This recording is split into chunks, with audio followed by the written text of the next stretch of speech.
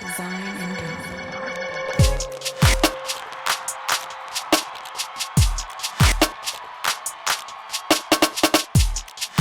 Hello everyone. My name is Bas Timmer and I am a fashion designer. And in the last year of my studies, I did an internship in Copenhagen. And in that last year of my studies, I already started my own business. I made very warm, protective winter clothes, like hoodies with a scarf attached to it, or jackets that turn into a backpack, all these multifunctional things. But on my last year on my studies, I went to Copenhagen and I saw that there were a lot of homeless people sleeping on the street. And it felt really weird. I had 10 hoodies with me and I felt that I had this warmth with me and there were people sleeping on the street, and that felt really strange for me. So I called my mother and I asked, like, hey mom, shall I give away my hoodies to the people on the street? She said, like, if you do that, I think nobody's going to buy your hoodies anymore because you've got all these people on the streets walking in it. And I said, okay, that's true. So I did nothing. And I went home and I continued my business. And 2 years later, out of nothing, I hear the news that the father of 2 of my friends, who was homeless, died on the streets in my hometown, 500 meters from my factory. And I felt an asshole, like I didn't do anything. I really felt terrible that I had an idea, and I'm really a doer, I think and I do. And this happens in my own city. So I called my mother again and I said, Mom, can I now give away my hoodies? She said, well, I think you can do better. Maybe you can design something that prevents them from maybe dying on the streets, because a hoodie won't do that. So I went to my studio. I thought it has to be waterproof, it has to be multifunctional for day and night. And I just grabbed a tent and an old sleeping bag and I made the first waterproof jacket with an attachable sleeping bag.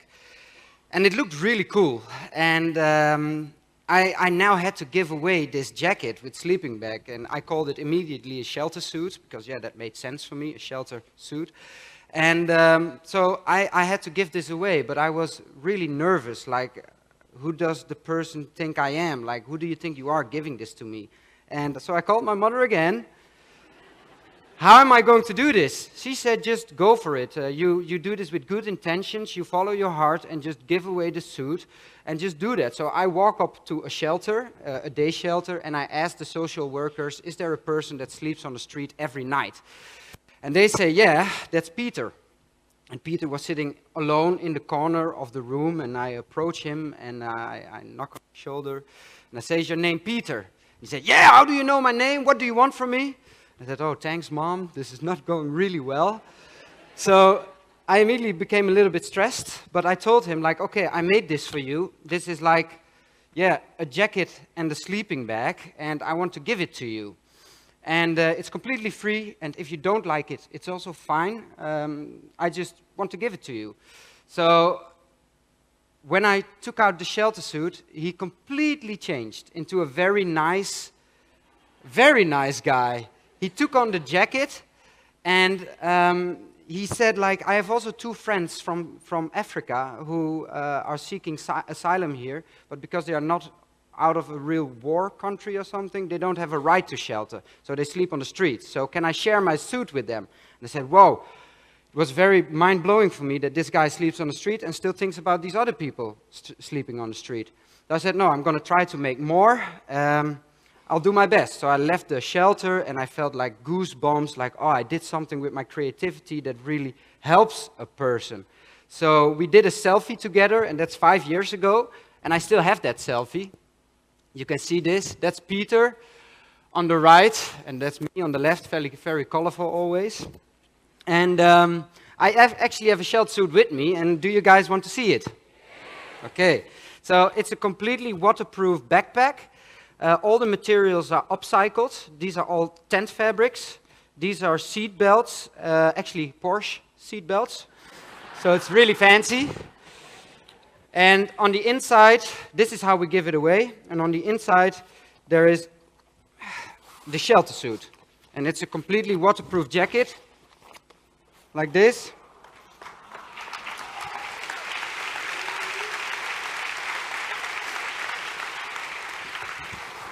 And because all the materials are donated by a big textile company, all the outsides are unique, and we roam sleeping bags from festivals, so the inside is always also unique. And you can close it at the, you can zip it up here. There's an extra turtleneck here, like this, so you're really warm.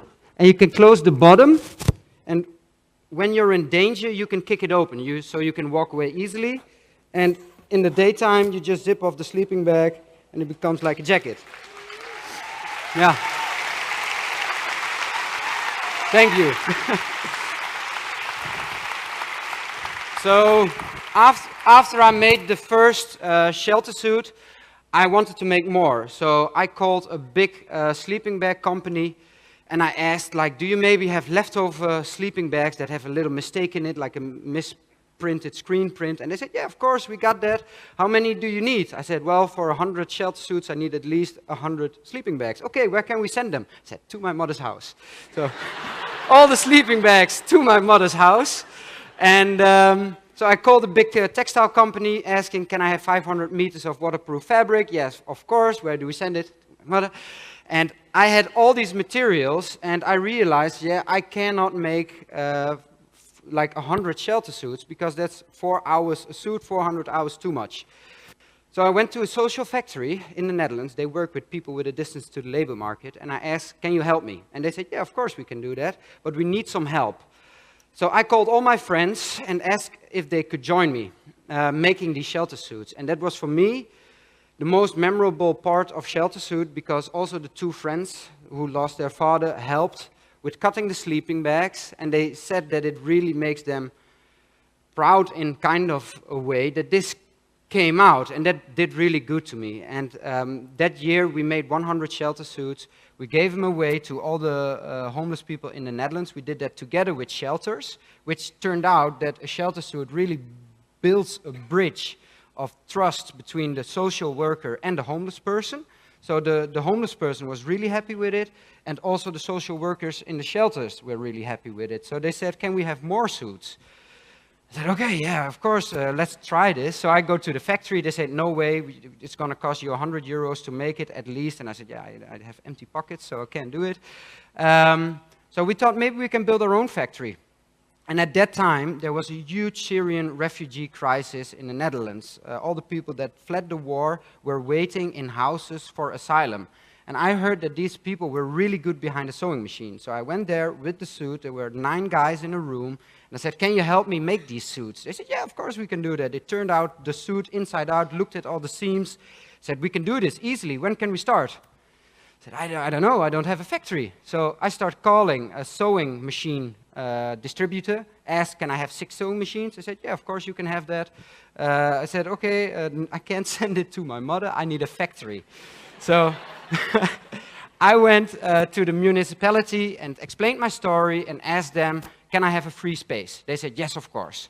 So everything was ready, everything was prepared, and then a month later, a taxi comes with 9 Syrian guys. These guys have been in the sewing industry since they were, one guy since he was 7. So yeah, it's insane if you see those guys behind the machine. It's full on, full power, but they come, and I'm very afraid again that I need to manage these guys. Who am I? I was 25, so I had no idea. So I was nervous standing there, taxi comes up, guys come out of the taxi and they just walk past me. They get the fabrics and they just start cutting all the fabrics. Guys behind the sewing machine giving all the materials to each other, and within a year they made 1,000 Sheltersuits. So, and what's for me the most important part of that is that in the Netherlands everybody was complaining about these people, that they were coming here stealing our jobs. Why don't you fight a war? Blah blah blah. Well, these guys were protecting the homeless people in the Netherlands. And that really showed a very positive also image of them, which I'm really proud of. And in return, we gave them Dutch language lessons, we helped them to find houses, and we became really a Sheltersuit family. But the problem is that their real family was still in Lesbos. That's a Greek island where the people from Turkey travel to, and because in Hungary the border got closed for all the refugees, all the people need to stay on the island. And actually there were thousands of homeless people on the island, and even some people in my factory traveled that route. They also slept on the Greek island Lesbos. So we thought, can we bring Sheltersuits to Lesbos? And so we approached an NGO and asked, can we keep everybody warm on the island? And he said, yeah, but there are 9,000 people. I said, 9,000 people? We just made 1,000 Sheltersuits, and it's like June. We can never make so many Sheltersuits. So they said there are also many children there on the island. And they showed us pictures, and it looked really terrible. They made tents out of like scrap materials. They all built their own things. There was not good food, not good clothes. So we thought, okay, can't we keep all the children warm? And actually within 2-3 months we made 1,500 children's Sheltersuits, and we gave them all away there on Lesbos. And one of our guys went with me to Lesbos. He was actually the first Syrian guy that came back to the island and handed out all the suits, and everybody told us there, like, this really helps. Like, if this guy can come back to help us, we really believe that we will make it too. So when we were back in the plane, we cried, like, really, like we felt that this was happening in so close to our home, like thousands of people on their bare feet in like mud, not good clothes, and really the look in their eyes of being left alone, that was the hardest part. And also the smell, it's really terrible. So we really were convinced we need to keep doing this. And we've went to our factory, and we're now with 100 people in our factory, all people with a disc to the labor market, and we made already 10,000 suits. So I'm really happy with that. And that's thanks to the guys in the factory. And we have a video of that.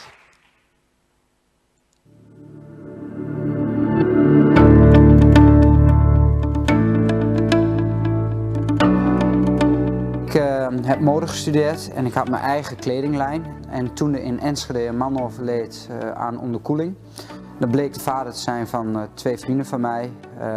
Deed me dat zoveel pijn dat dit in Nederland gebeurt, dat ik dacht, ja, misschien kan ik iets ontwerpen dat dit tegengaat. En dat heb ik toen gedaan. Ik heb 1 pak uitgedeeld aan een dakloze man in Enschede.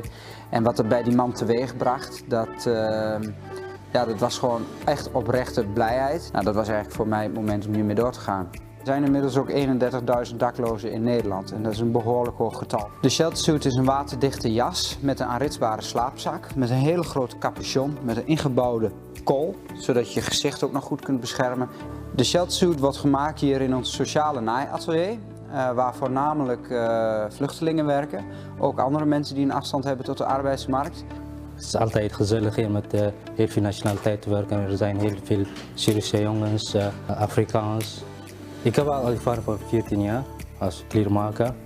Mijn opa had een bedrijf. Toen ik 9 was, begon ik daar te werken. Ik weet wel hoe moeilijk is het om buiten te slapen. Dus ik vind het wel heel leuk om dakloos mensen of vluchtelingen te helpen. Echt heel blij in die werk. Hier echt gezellig. Allemaal familie is hier. De pakken worden helemaal gemaakt van afvalmaterialen. De materialen die halen wij van festivalterreinen af. Zo struinen wij echt allemaal slaapzakken daar vandaan. En wij krijgen donaties van grote textielbedrijven die restproducties hebben, zoals waterdichte tentstoffen. We hebben zo'n 3000 in totaal nu in Nederland uitgedeeld. En daarnaast zijn we ook naar Sarajevo gegaan, waar het -20 wordt in de winter. Dus daar is het echt heel koud.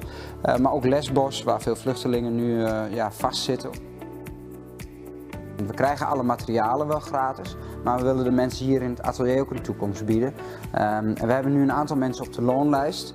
En dat willen we graag zo houden. Wij geloven erin dat eigenlijk iedereen warmte verdient. Of je nou vluchteling bent, dakloos bent of uitgeprocedeerd. Mijn droom is dat wij samen als mensheid gaan zorgen voor de mensen die niet zo goed voor zichzelf kunnen zorgen. Dus als wij nou lokaal op meerdere plekken in de wereld dit soort initiatieven kunnen opzetten, dat wij producten maken om mensen te beschermen, dat we uiteindelijk iedereen dat stukje bescherming kunnen bieden en hopelijk dat het uiteindelijk niet meer nodig is. Maar tot die tijd in ieder geval een warme jas.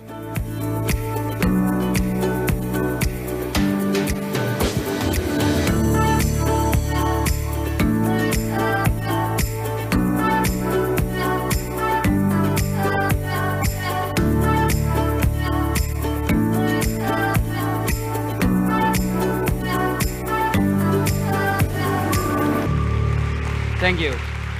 So my goal is to keep everybody warm on the whole wide world. And a half year ago, a friend of mine, his name is Ton, came to our factory in the Netherlands, and he's from South Africa.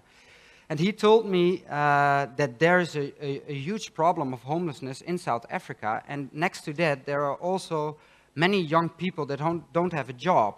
So can't we bring Sheltersuit to South Africa?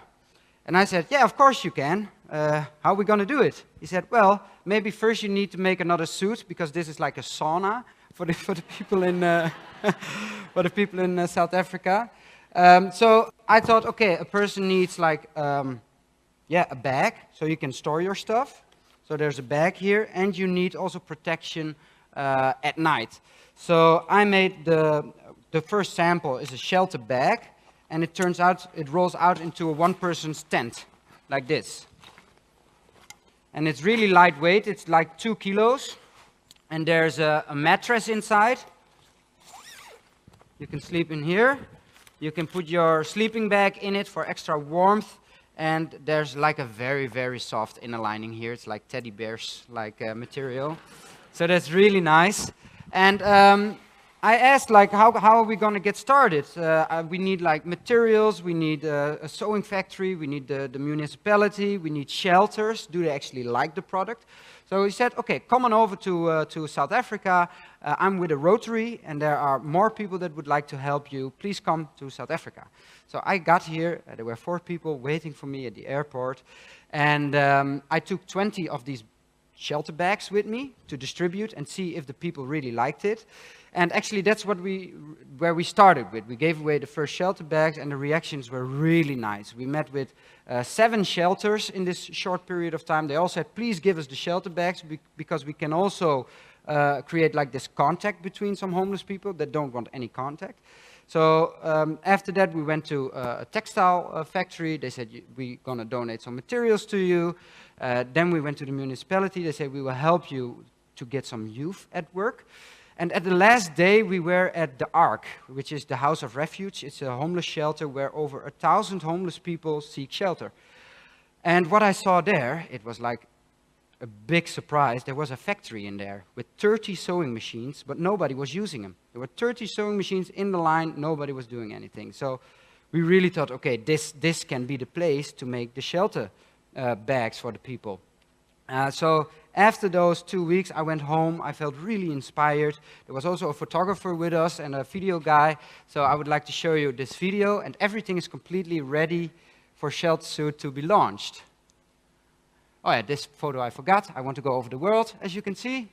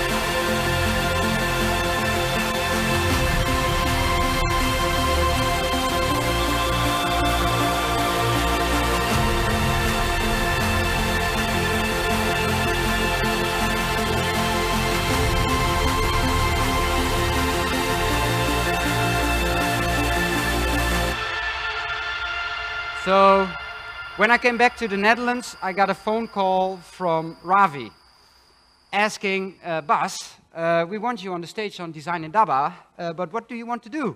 I said, well, I really like to do something, and we've got everything ready, so I would really like to make some shelter bags here. Everything is ready. And I also told him that my mother is one of my inspirations. So he said, okay, I got 2 surprises for you.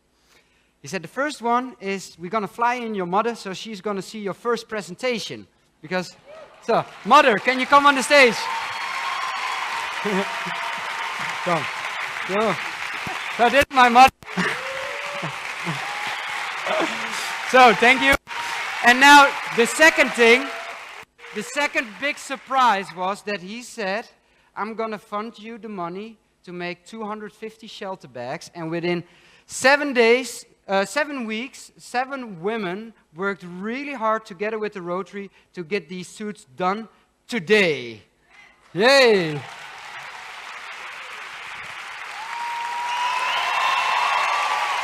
Woo! Mooi, hè? Mooi. So thank you. That's it.